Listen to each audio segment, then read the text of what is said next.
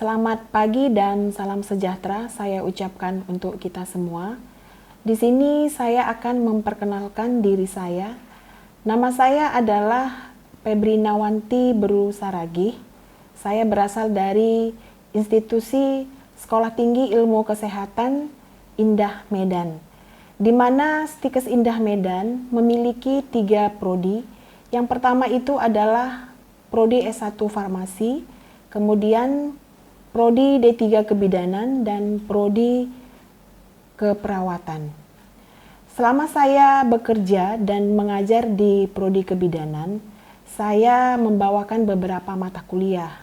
Di antaranya yaitu mata kuliah Asuhan Kebidanan, Kegawat Daruratan, Maternal dan Neonatal.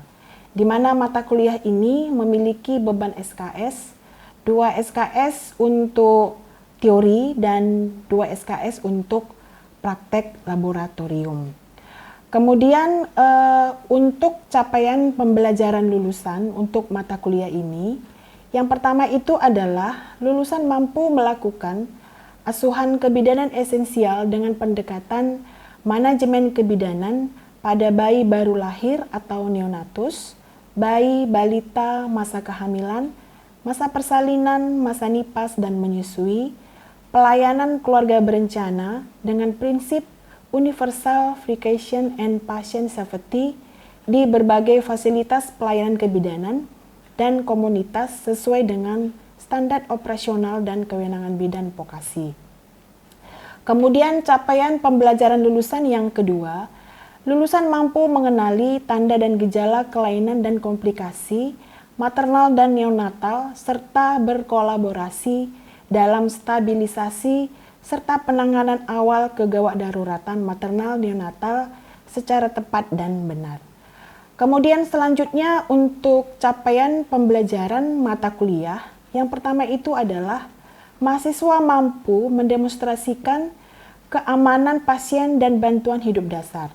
Yang kedua, mahasiswa mampu mendemonstrasikan prosedur penanganan awal, stabilisasi, dan persiapan rujukan pada kasus kegawat daruratan sesuai dengan standar operasional dan kewenangan bidan vokasi.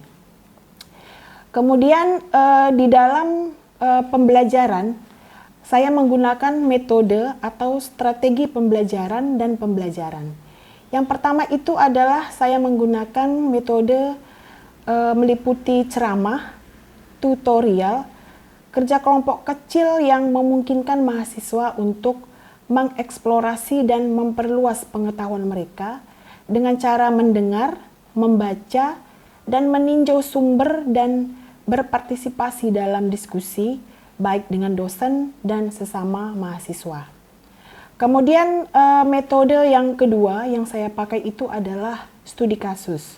Studi kasus mendorong mahasiswa untuk menganalisis praktik dan merenungkan pilihan asuhan yang diberikannya sesuai dengan kasus yang ditemukannya di lapangan.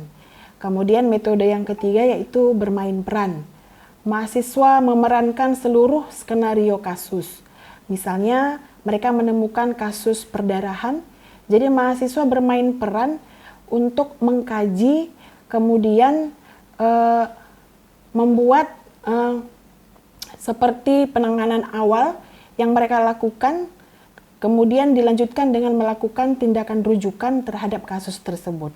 Kemudian metode yang keempat yaitu pembelajaran secara mandiri. Mereka bertanggung jawab atas proses pembelajaran mereka itu sendiri. Jadi mahasiswa itu dilatih bertanggung jawab atas pembelajaran yang sudah mereka terima. Kemudian metode yang kelima yang saya gunakan itu yaitu simulasi dan skill laboratorium. Jadi mahasiswa mempraktekkan keterampilan sebelum memasuki lokasi klinis dengan menggunakan pantom atau manekin yang tersedia di laboratorium Stikes Indah Medan. Di dalam proses pembelajaran dan pengajaran, saya juga memakai media pembelajaran. Yang pertama itu media pembelajaran yang saya pakai itu adalah media visual, berupa contohnya misalnya seperti gambar, poster. Kemudian media audio, media cetak, misalnya seperti buku ajar, atau modul. Dan media yang terakhir yang bisa saya pakai itu adalah media digital. Contohnya misalnya PowerPoint, Google Classroom, atau menggunakan e-learning. Jadi itu media pembelajaran yang saya pakai. Kemudian untuk penilaian di mata kuliah tersebut, saya menggunakan prinsip penilaian di dalam menilai mahasiswa. Prinsipnya itu yang pertama adalah valid, andal, transparan, fleksibel, dan adil. Kemudian di dalam asesmen penilaian tersebut, saya memberikan bobot terhadap aspek-aspek yang dinilai. Misalnya untuk penilaian tugas, saya berikan bobot 10%. Untuk penilaian kehadiran, saya beri bobot 10%. Kemudian untuk ujian tulis, ujian tengah semester 30%. Kemudian untuk ujian akhir 50%. Kemudian untuk ujian keterampilan di laboratorium, saya beri bobot 100%. Di mana penilaian keterampilan ini kami menggunakan metode OSCE, karena di Sekolah Tinggi Ilmu Kesehatan sudah memiliki laboratorium OSCE. Jadi demikianlah perkenalan singkat yang dapat saya sampaikan pada hari ini. Dan untuk selanjutnya saya akan mencoba memperlihatkan bagaimana proses saya mengajar di kelas dengan menggunakan video yang mungkin akan dilanjutkan setelah ini. Sekian dan terima kasih. Selamat sore anak-anak kami sekalian. Sore, Bu. Jadi pada sore hari ini kita lanjutkan kembali untuk mata kuliah kita asuhan kebidanan dengan kasus gawat darurat pada maternal dan neonatal. Jadi kemarin kita sudah membahas di pertemuan sebelumnya tentang bagaimana cara melakukan penanggulangan pada kasus gawat darurat pada neonatal pada kehamilan. Masih ingat kan? Masih, Bu. Masih ingat nggak? Masih, Bu. Jadi harapan saya pun kalian masih ingat. Jadi sebelum kita lanjutkan ke topik berikutnya, yaitu tentang asuhan kegawat daruratan maternal neonatal di masa persalinan. Jadi kemarin kita sudah bahas kegawat daruratan pada kehamilan, jadi hari ini pada persalinan. Jadi sebelum kita lanjutkan, saya absen dulu ya kehadirannya. Apakah ada yang izin? Kopinya mana kopinya? Ada yang izin nggak? Kopi erusi? Nggak ada ya? Hadir semua ya? Ya, hadir semua. Jadi tidak usah lagi saya panggil namanya karena sudah hadir. Ya, jadi nanti kita dengar lagi ada di sini. Jadi untuk selanjutnya yang menjadi tujuan untuk pokok bahasan kita pada hari ini, ya.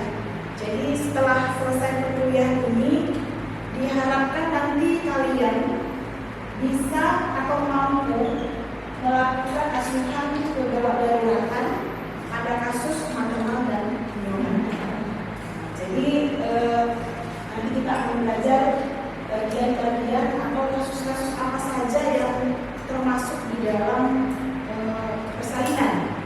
Jadi kalau boleh saya tanya ya, di persalinan itu ada berapa karat di persalinan? Ada berapa? 4. Yang sebelah sini 4, yang sebelah sini berapa? 4. 4 juga ya. Jadi belum berubah masih 4. Jadi dimulai dari kala berapa? Kala 1. Kala 1 itu kala apa? Kemudian Kemudian kala 2 keluar bayi. keluar bayi. Kemudian kala 3 Keluar placenta. kala 4. Pengawasan.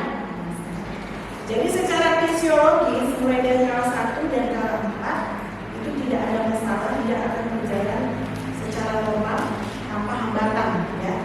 Jadi pada kasus kegawat daruratan ini di persalinan ini berarti ada masalah, ya kan? Ada masalah. Jadi itulah yang akan kita bahas hari ini. Jadi untuk sebagai landasan hukumnya, ya untuk persalinan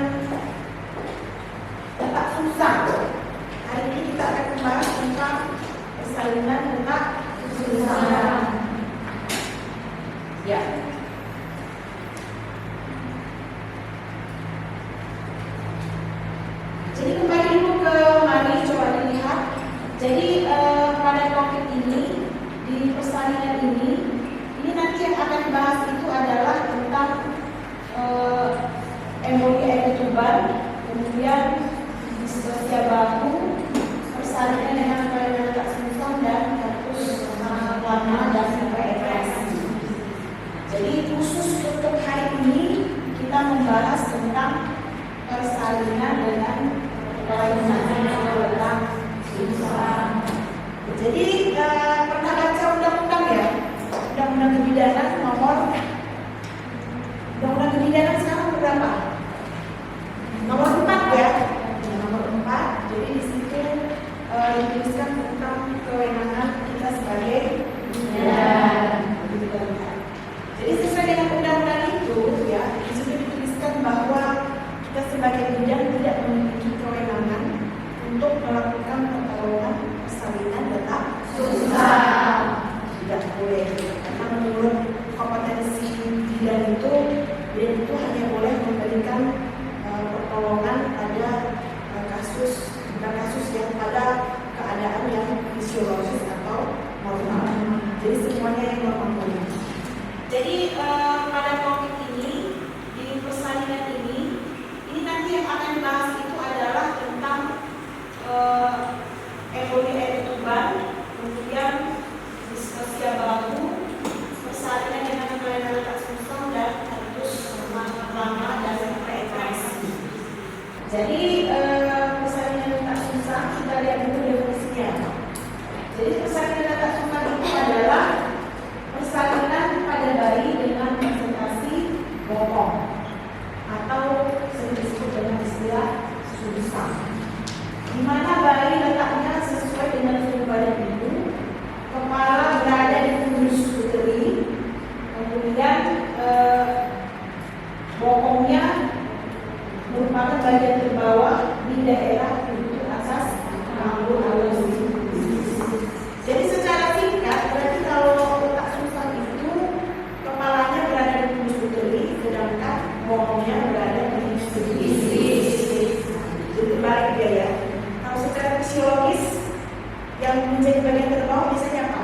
Kepala ya. Tapi ini yang bagian terbawahnya adalah bokong. Jadi ini dia macam-macam presentasi pada letak sungsang. Jadi ada letak bokong, ada letak bokong sempurna, ada presentasi kaki, begitu ya. Ada letak bokong. Kalau dia letak bokong sempurna, letak bokong dia seperti ini, nampak ya. Jadi kakinya keduanya mencubit ke atas. Kemudian terdapat ari atau tali pusat di bawah ya. Ini nampak kan? Ini letak bokong. Kemudian ada letak bokong sempurna. Ini dia sempurna, tidak ada bagian dari janin yang lain yang berada di bagian bawah. Kemudian kalau ini presentasi kaki, ini nampak kakinya ya muncul, ya kan? Ini berarti presentasi kaki. Ini macam-macam presentasi letak sungsang. Kemudian faktor predisposisi berikutnya itu adalah gemini. Tahu apa gemini ya? Gemini itu apa? Kembar. Gemini. Jadi pada kasus kehamilan gemini itu jadinya bisa 2 bisa 3. Jadi karena itu bisa menyebabkan salah satu dari janin itu posisinya tidak normal. Kemudian penyebab lainnya itu adalah kelainan uterus. Jadi kelainan uterus itu juga bisa menyebabkan terjadinya letak sungsang. Kemudian janinnya sudah lama mati. Kemudian sebab yang tidak diketahui. Jadi kesimpulan ini adalah sebagai faktor predisposisi kehamilan dengan letak sungsang. Jadi pada level berapa kira-kira kita tahu ini letak sungsang sesuai dengan tahapan level tadi? Level 3. Ya, level 3 bisa? Level 3 tadi kan menentukan bagian terbawah janin. Jadi fisiologisnya bagian terbawah janin itu tadi adalah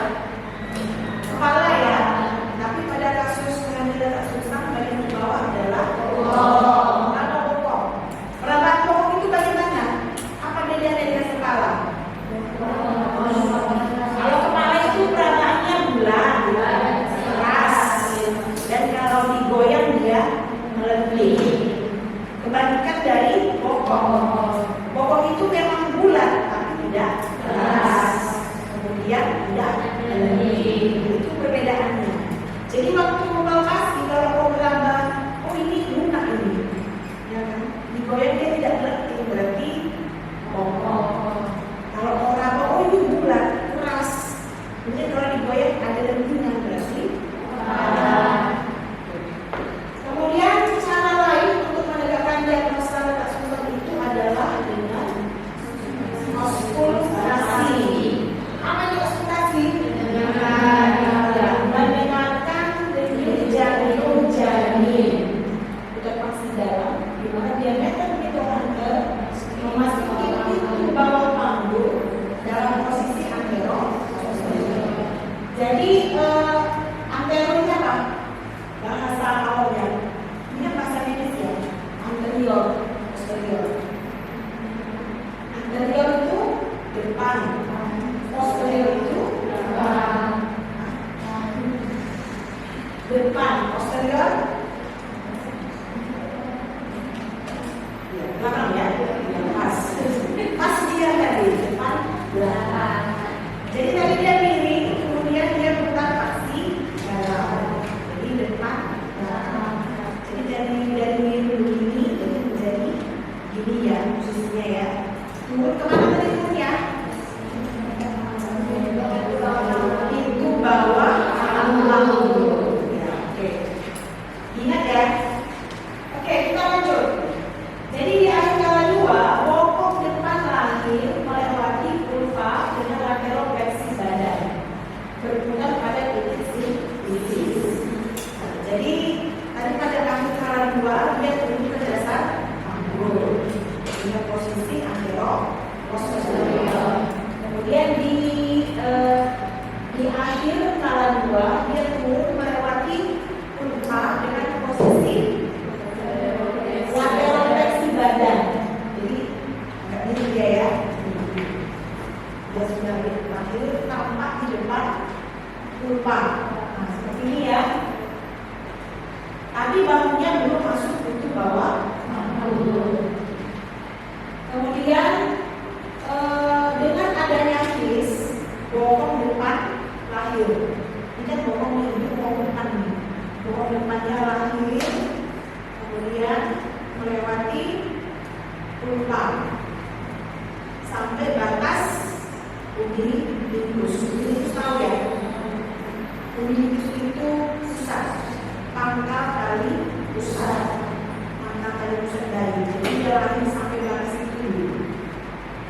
Kemudian terjadi putarpaksi luar, karena ini sudah di luar, putarpaksi dalam lagi, putarpaksi luar. Jadi posisi janinnya sudah menjadi antero posterior, sudah mulai seperti ini, ya kan? Kemudian ini sudah lahir tadi sampai batas umbilicus. Jadi coba kita kunci ya fase pasif dan aktif. Jadi pertanyaannya lagi, kapan kita bersikap aktif? Kapan? Jadi ini ya, kita bersikap aktif itu setelah bokong lahir sempurna, diikuti kaki sampai batas umbilicus. Ayunkan tubuh bayi sampai mendekati ke perut ibu. Nah begini, berarti bahu bawahnya lahir nggak nih? Lahir kan ini ya? Udah lahir sempurna belum? Belum. Berarti tangannya belum lahir nih, berarti harus kita kait. Jadi kita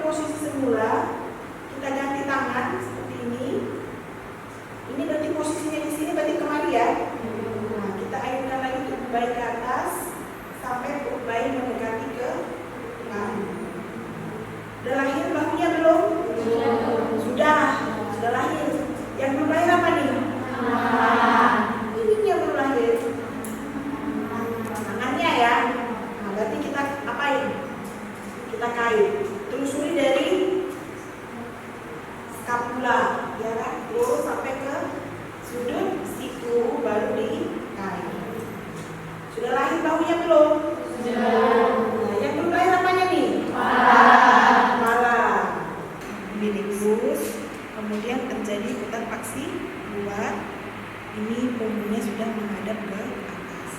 Jadi kakinya belum lahir dikait, lahirkan kaki.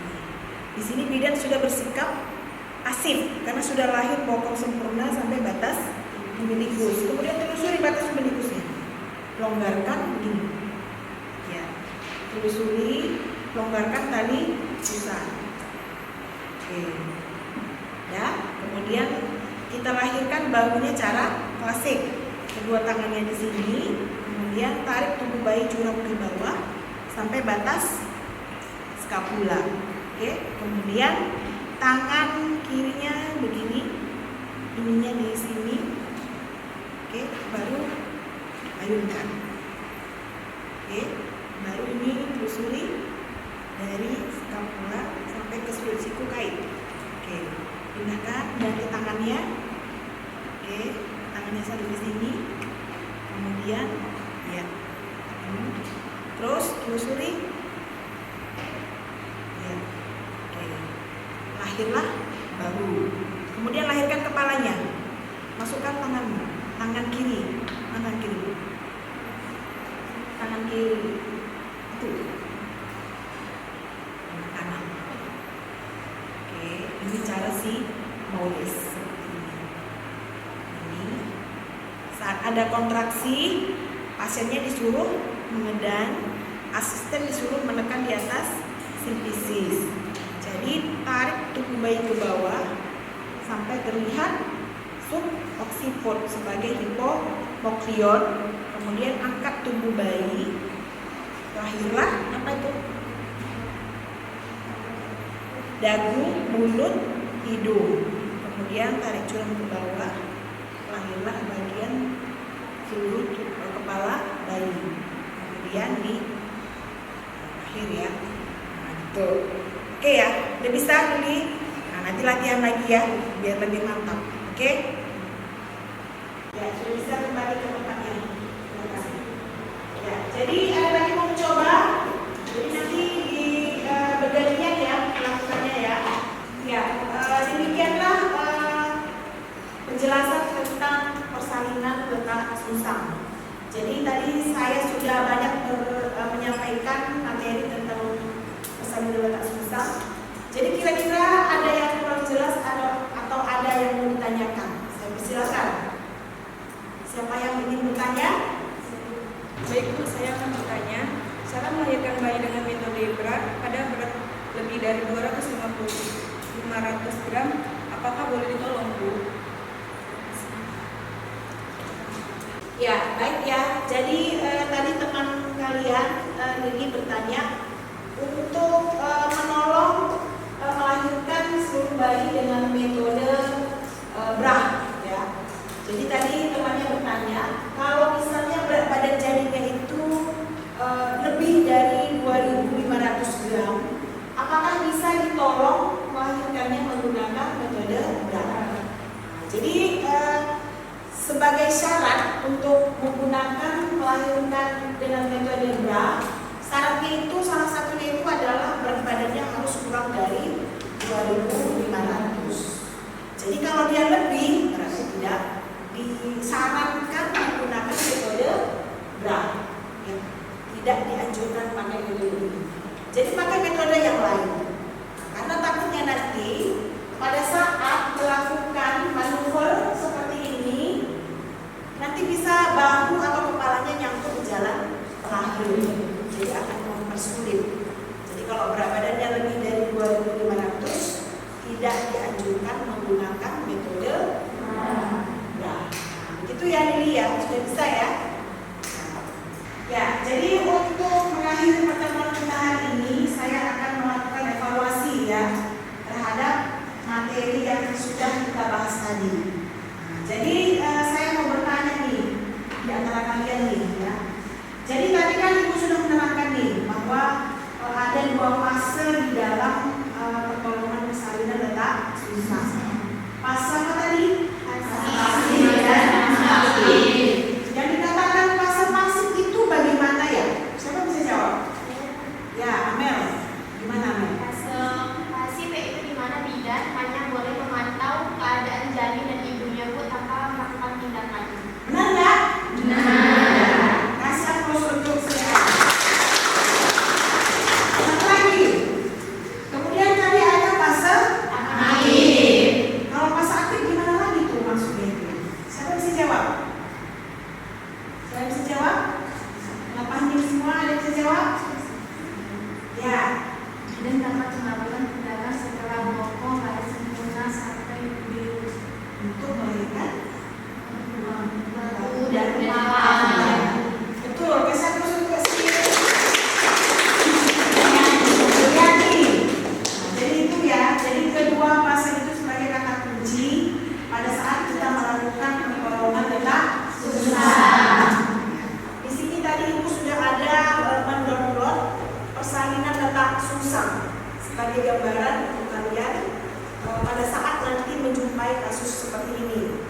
Jadi kita lihat dulu ya videonya ya.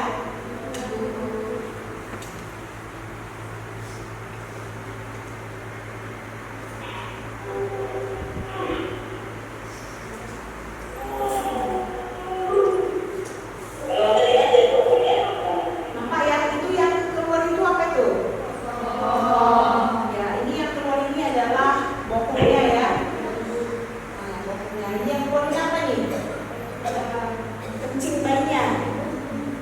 Ini anaknya laki-laki nih, pas prototipnya nih. Ya. Nah, ini belum putar vaksin luar ya. Kalau dia sudah putar vaksin luar, nanti punggungnya menghadap ke atas. Kemudian dilahirkanlah apa tadi? Bahu ya, bahu dan kepala. Ya.